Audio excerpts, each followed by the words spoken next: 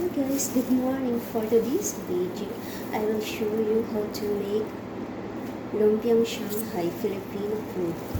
You can put whatever you like, chicken, pork, beef or sheep, whatever you like. I used chicken, ground chicken, because it's the available here. No more beef or pork here. This is Saudi.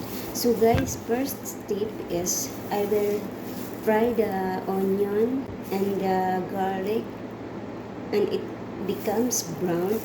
I follow the chicken, ground chicken, and I put a small amount of tomato paste to become red.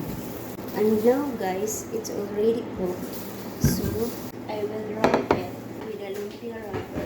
Look guys, I will wrap here.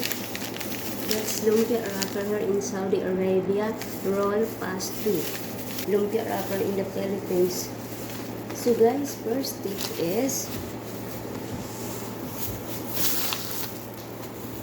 I put a small amount.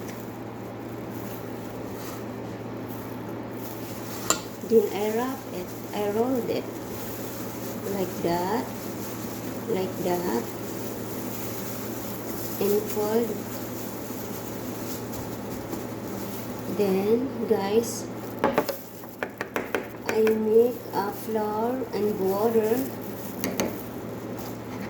like this, like that. Then roll it.